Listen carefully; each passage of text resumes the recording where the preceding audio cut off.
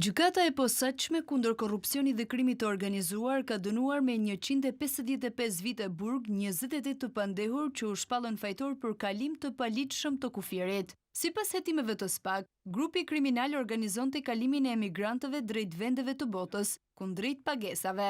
Vendimi u shpall nga trupi gjykues i përbërë nga gjyqtarët Erion Bani, Irena Gjoka dhe Atalanta Zeqiraj. Sipas organit të akuzës, të pandehurit kanë vepruar gjatë viteve 2022-2024, duke organizuar kalimin e paligjshëm të shtetasve shqiptar në rrugë toksore, ajrore dhe detare, drejt Mbretërisë së Bashkuar, Shteteve të Bashkuara të Amerikës dhe Kanadas. Për realizimin e këtyre udhëtimeve, sipas SPAK, grupi përdorte dokumente të falsifikuara dhe përfitonte shuma prej mijëra eurosh nga emigrantët. Ndaj të pandehurve u ngritën akuzat për ndihmë për kalim të paligjshëm të kufive, falsifikimi i letër njoftimeve, pasaportave ose vizave, grupi strukturuar kriminal, kryerja veprës penale nga organizata kriminale dhe grupi strukturuar kriminal dhe shpërdorim detyre.